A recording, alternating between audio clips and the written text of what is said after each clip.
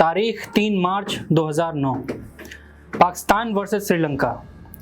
ये Lahore test match का खेल का पहला और दूसरा दिन। इस मैच में पाकिस्तान ने टॉस जीतकर गेंदबाजी करने का फैसला किया। हालांकि पाकिस्तान के लिहाज से ये फैसला ठीक साबित नहीं हुआ और श्रीलंका ने अपनी पारी की समाप्ति तक 606 रन बोर्ड पर टांग दिए, जिसमें श्रीलंका की तरफ से कुमार संगकारा, तिलक रत्ने दिलशान और साथ साथ समरवीरा का दोहरा शतक था। संगकारा और तिलक रत्ने दिलशान ने शतक लगाया था। इसका पीछा करने उतरी पाकिस्तान की टीम भी दूसरे दिन के खेल के खत्म होने तक 1 विकेट के नुकसान पर 110 रन बना चुकी थी। अभी तक पाकिस्तान की उम्मीदें इस मैच में जिंदा थीं। इंतजार था तो बस तीसरे दिन के खेल का, पर दोनों ही टीमें इस बात से बेखबर थीं कि आने वाला कल मैच के लिए नहीं बल्कि दहशतगर्दों की दहशतगर्दी के लिए जाना जाएगा। उस वक्त पाकिस्तान की घड़ी में सुबह के 8:40 हुए थे और मैच 10 बजे से शुरू होना था। एक बस श्रीलंकन क्रिकेट टीम के खिलाड़ियों को लेकर होटल से लाहौर के गद्दाफी स्टेडियम की तरफ बढ़ रही थी। इसी बस के पीछे एक मिनी वैन भी थी, जिसमें अंपायर एहसान रजा, अंपायर साइमन टाफेल अपने बाकी सपोर्ट स्टाफ के साथ सफर कर रहे थे। ये कॉन्वॉय अपनी सिक्योरिटी के साथ आगे बढ़ रहा था। जैसे ही कॉन्वॉय लाहौर के लिबर्टी चौक पर पहुंचता है, बाहर से कुछ फायर की आवाज़ें आती हैं। शुरू में बस का ड्राइवर खलील और टीम मेंबर्स ये सोचते हैं कि शायद फैंस पटाखे छुड़ा रहे हैं, पर नहीं, ये कुछ और था। अचानक से खलील को दिखाई पड़ता है कि बस के बिल्कुल सामने एक आदमी भूरे रंग का कुर्ता पैजामा पहने हुए, हाथ में AK-47 लिए हुए सामने खड़ा है। जब तक कोई कुछ समझ पाता, उस आदमी ने एक हैंड ग्रेनेड बस के नीचे फेंक दिया, पर बस के ड्राइवर ने तुरंत होशियारी दिखाते हुए बस को आगे की तरफ पूरी स्पीड से दौड़ा दिया। इसका नतीजा ये हुआ कि जब ग्रेनेड फटा तब बस उस ग्रेनेड के आगे जा चुकी थी और इस ग्रेनेड से किसी को कोई भी नुकसान नहीं पहुंचा था। तभी सामने से 2 कार आती हैं और उसके अंदर से निकले हुए करीब 1 दर्जन लोग कॉन्वॉय पर अंधाधुंध फायरिंग शुरू कर देते हैं। सेकंडों में शीशे फूटने की आवाज आने लगती है और बस के अंदर अफरा तफरी मच जाती है। वक्त रहते सभी खिलाड़ी समझदारी दिखाते हैं और नीचे की तरफ झुक जाते हैं, सीटों में छुपकर अपनी जान बचाने की कोशिश करने लगते हैं।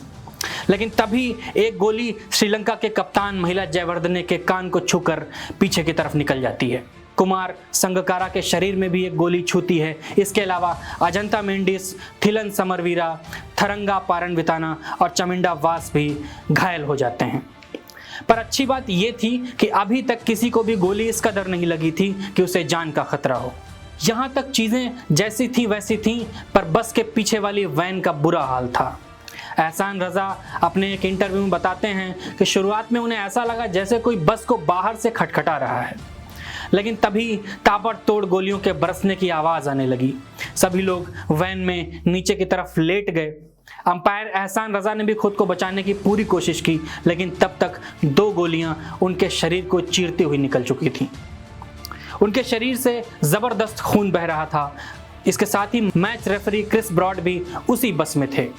वो तुरंत एहसान रजा के ऊपर लेट गए। उन्होंने ऐसा इसलिए किया जिससे एहसान के शरीर से जो खून निकल रहा है वो बंद हो जाए। जख्म इतना गहरा हो चुका था कि खून रुकने का नाम नहीं ले रहा था। ऊपर से क्रिस ब्रॉड जो थे वो एहसान रजा के ऊपर लेटे थे, जिससे उन्हें सांस लेने में तकलीफ हो रही थी। उन्होंने बड़ी मुश्किल से टूटती सांसों में उन्हें समझाया कि वो उनके ऊपर से हट जाएं। अभी ये सब हो ही रहा था कि एक गोली सीधे आकर उस वैन के ड्राइवर को लगती है। वो मौके पर ही दम तोड़ देता है। ड्राइवर का पैर अभी भी एक्सीलेटर पर दबा हुआ था। वैन स्टार्ट थी और आगे की तरफ बढ़ रही थी। ये सब देखने के बाद एहसान रजा को लगा कि अब वो बिल्कुल भी बचने वाले नहीं हैं।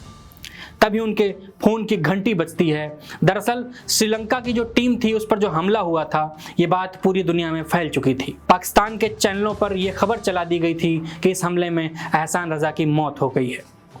एहसान रजा बताते हैं कि उनके मोबाइल पर फ़ोन की घंटी जो है वो लगातार बज रही थी। वो ये भी समझ रहे थे कि ये फ़ोन घर से ही आ रहा है, लेकिन उठा नहीं सकते थे। चोट इतनी गहरी थी कि शरीर साथ छोड़ रहा था। इसी वैन में ऑस्ट्रेलिया के अंपायर साइमन टाफेल और स्टीव डेविस भी थे। साथ ही अंपायर नदीम गौरी भी उसी वैन में थे। पूरी वैन में खून ही खून था। उधर खिलाड़ियों की बस का ड्राइवर खलील बस को पूरी स्पीड से गद्दाफी स्टेडियम की तरफ दौड़ा देता है। सिक्योरिटी स्टाफ में शामिल पुलिस अभी बस को कवर फायर दे रही थी ताकि बस को सुरक्षित निकाला जा सके। चूंकि लिबर्टी चौक जो थी वो गद्दाफी स्टेडियम से कुछ ही दूरी पर थी, इसलिए कुछ ही देर में बस गद्दाफी स्टेडियम पहुंच चुकी थी। ड्राइवर खलील बस को सीधे स्टेडियम के ग्राउंड में लेकर जाता है और वहां रोकता है। जब यह सुनिश्चित हो जाता है कि अब सब कुछ सेफ है, तब खिलाड़ी भी बस के बाहर निकलते हैं और रोते हुए वो ड्राइवर खलील को गले लगा लेते हैं। थोड़ी देर के बाद पाकिस्तानी सेना का एक हेलीकॉप्टर ग्राउंड के बीचों बीच लैंड होता है और फिर वहीं से श्रीलंका के सभी खिलाड़ियों को उनके देश भेज दिया जाता है। इधर आनन फानन में अंपायर एहसान रजा को अस्पताल ले जाया गया।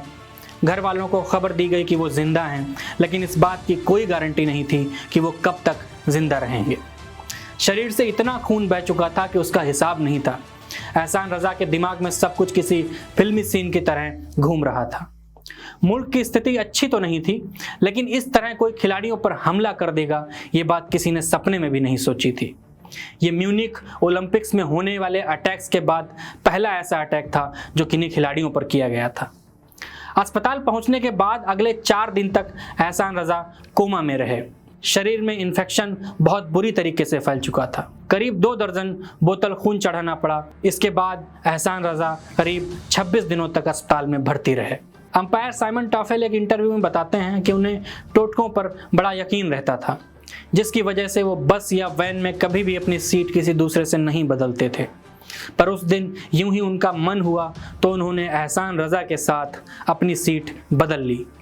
बदकिस्मती से हमले के वक्त एहसान रजा हमलावरों के सीधे निशाने पर थे, जिसकी वजह से उनके शरीर में 2 गोलियां लगीं, जबकि अंपायर साइमन टॉफेल दूसरी तरफ होने की वजह से बाल बाल बच गए।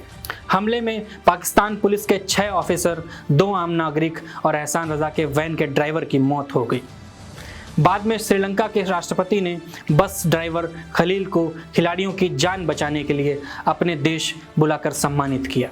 इस हमले का पाकिस्तान क्रिकेट पर बुरा असर पड़ा और दुनिया के क्रिकेट टीमों में इतना डर बैठ गया कि 2009 से 2017 तक किसी ने भी पाकिस्तान का दौरा नहीं किया। हालांकि पिछले 4-5 साल में कुछ ने हिम्मत जुटाई है। अक्टूबर 2017 में श्रीलंकाई टीम ने हिम्मत जुटाते हुए पाकिस्तान का फिर दौरा किया और गद्दाफी स्टेडियम में ही एक T20 इंटरनेशनल मैच खेला। वहीं करीब 24 साल के बाद 2022 में ऑस्ट्रेलियाई टीम भी पाकिस्तान का दौरा कर चुकी है। उस वक्त खबरें थीं कि जिस सीरीज में श्रीलंकन टीम पर अटैक हुआ था, ये सीरीज पहले श्रीलंका की जगह धोनी की कप्तानी में भारत की टीम से होनी थी। पर 2008 मुंबई अटैक्स के बाद BCCI ने पाकिस्तान में कोई भी मैच खेलने से साफ मना कर दिया था और बाद में आनन फानन में ये सीरीज श्रीलंका के साथ होना तय हुई।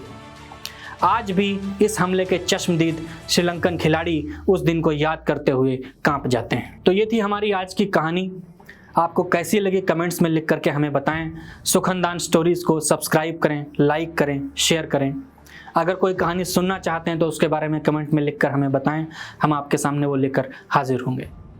बहुत शुक्रिया। अपना बहुत ख्याल रखें।